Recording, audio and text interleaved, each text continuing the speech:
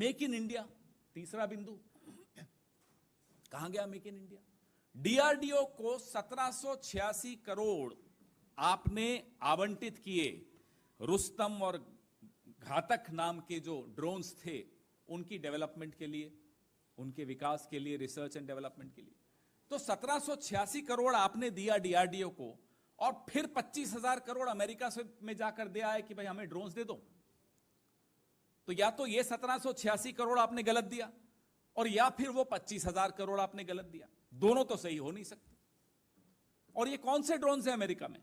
ये वो ड्रोन्स हैं जो आउटडेटेड टेक्नोलॉजी है।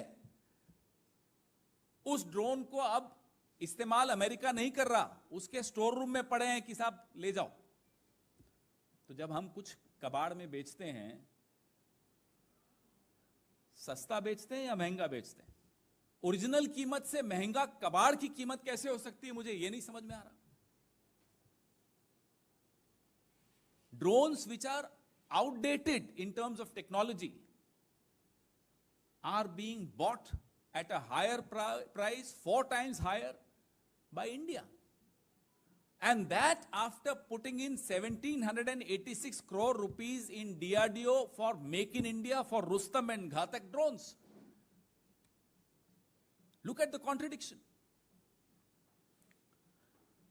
वो होता है ना, घर में अपने किचन में पूरा राशन भर दिया और फिर ऑनलाइन फूड ऑर्डर कर दिया, ये वो वाला सिस्टम है। तो या तो अब आप मेक इन इंडिया एक सिर्फ नारा था ये बता दीजिए। लोकसभा में एक सवाल पूछा गया इसी ड्रोन के विषय में भी, इसी टेक्नोलॉजी, ये प्रीडेटर के विषय में, क्या ट्रांसफर ऑफ टेक्नोलॉजी होगी? तो स्पष्ट था कि नहीं, ट्रांसफर ऑफ टेक्नोलॉजी भी नहीं होगी। तो आप पूरी तरह से टेक्नोलॉजी भी नहीं ले रहे हो इस पैसे में, इस कीमत में।